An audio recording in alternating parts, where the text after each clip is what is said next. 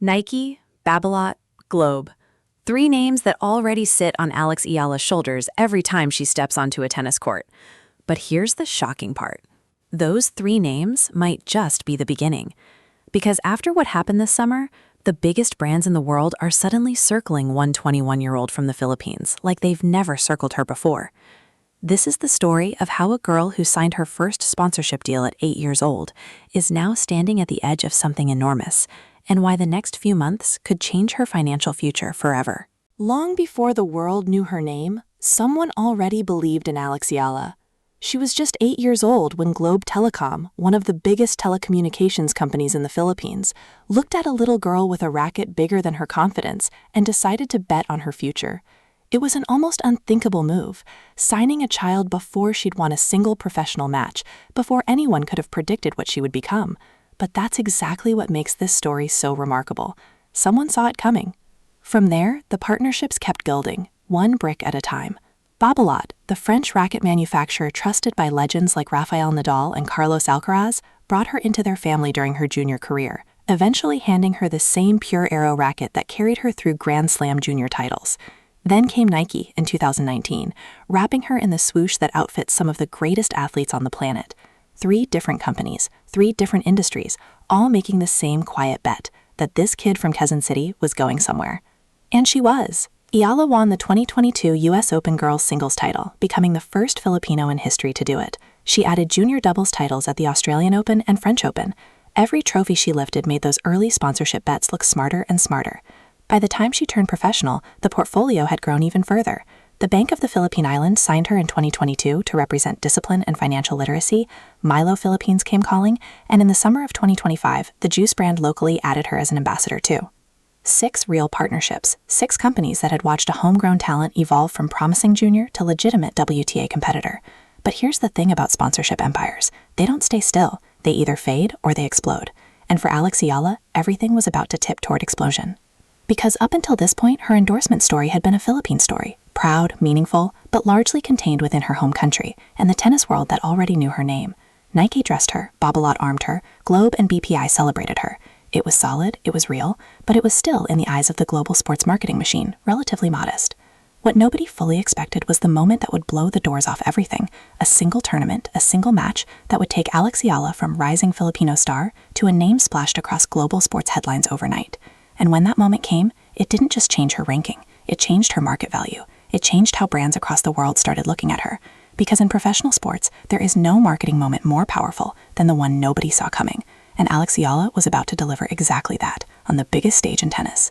Center court at Wimbledon doesn't care about your ranking. It doesn't care about your backstory.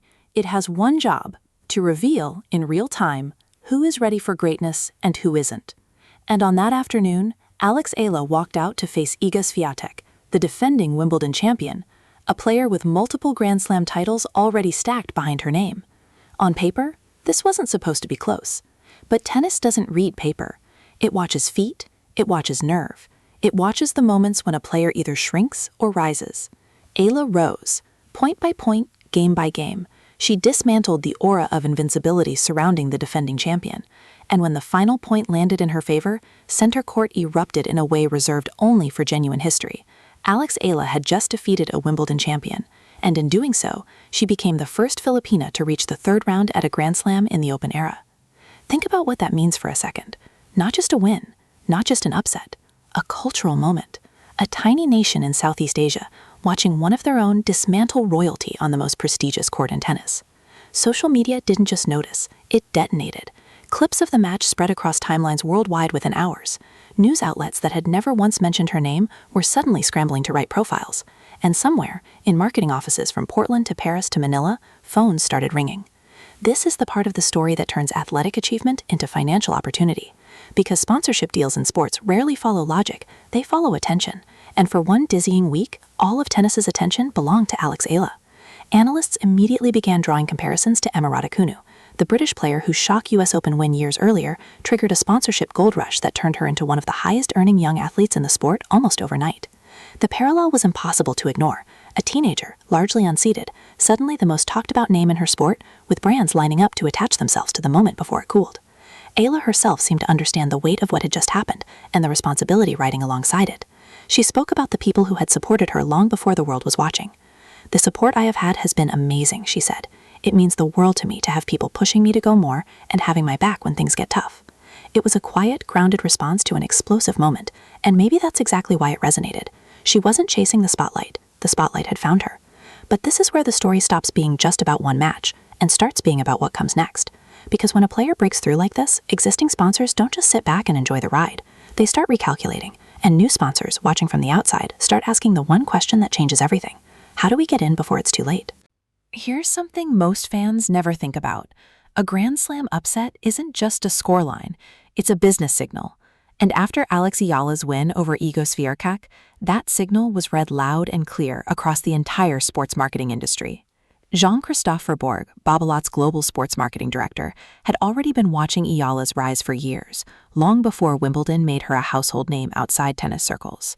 Speaking about her unlikely emergence from a country with virtually no tennis infrastructure to speak of, he put it simply, "It's a little bit crazy what is happening with Alex, because she's, in theory, from a small tennis country." That phrase, in theory, carries enormous weight. Eala wasn't supposed to happen. Small tennis nations don't typically produce Grand Slam giant killers, and yet here she was. That unlikely underdog quality is precisely what makes her so valuable to brands hungry for authenticity.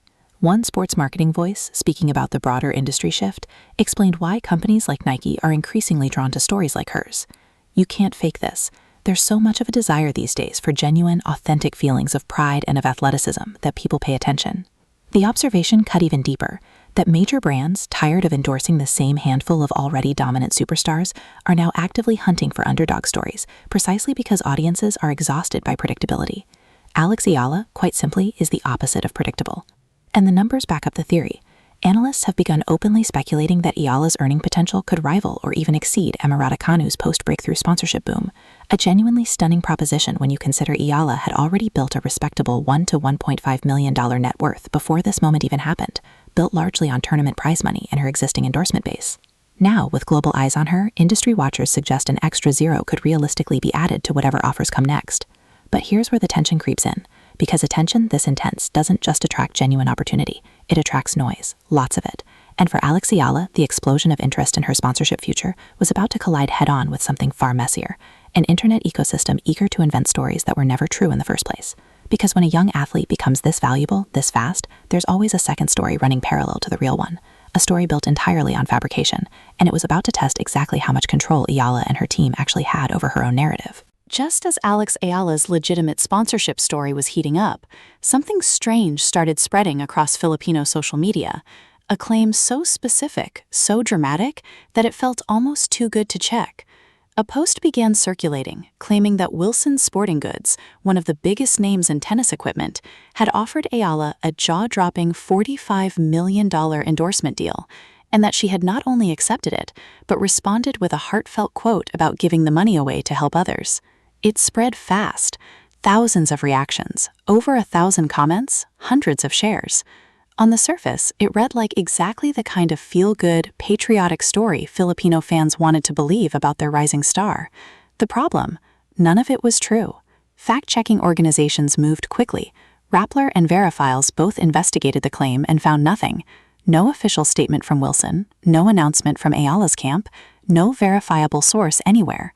The quote attributed to her, the one about generosity and helping others, had been entirely fabricated and placed in her mouth by whoever created the post.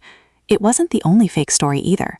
Around the same period, rumors surfaced claiming Yonex had engraved a racket for her with the words Philippine icon, untrue since she remained contracted to Babolat the entire time. Another claim alleged an Emirates Airlines sponsorship, also flagged as completely fabricated, with zero official confirmation anywhere. Why does misinformation like this attach itself so easily to a player like Eala? Fact-checkers pointed to a combination of factors: the prestige of the global brands being name-dropped, the emotional pull of exaggerated dollar figures, and perhaps most powerfully, the genuine pride Filipinos feel watching one of their own break into international recognition. That pride, weaponized by bad actors online, becomes fertile ground for stories people want to believe, whether or not they're real. It raises an uncomfortable question, doesn't it? When an athlete becomes this valuable this quickly, who actually controls her story anymore? Every legitimate step forward in her career, every real deal, every real headline, now competes for space against invented ones, fake screenshots, and manufactured quotes designed purely to rack up shares and engagement. For Eala's team, this wasn't just an annoyance. It was a genuine challenge to managing the reputation of a young athlete suddenly thrust into a spotlight far bigger than anything she'd experienced before. And it forced a critical distinction that fans desperately needed, separating what was real from what was manufactured noise. So what's actually true? Let's lay it out clearly, because the real story deserves just as much attention as the fake ones ever got. Eala's genuine, verified sponsorship roster includes Nike, who has outfitted her since 2019 and even designed limited edition Philippines-inspired gear in her honor. Babolat, who has armed her racket in hand since her junior days and continues supplying her Pure Aero model.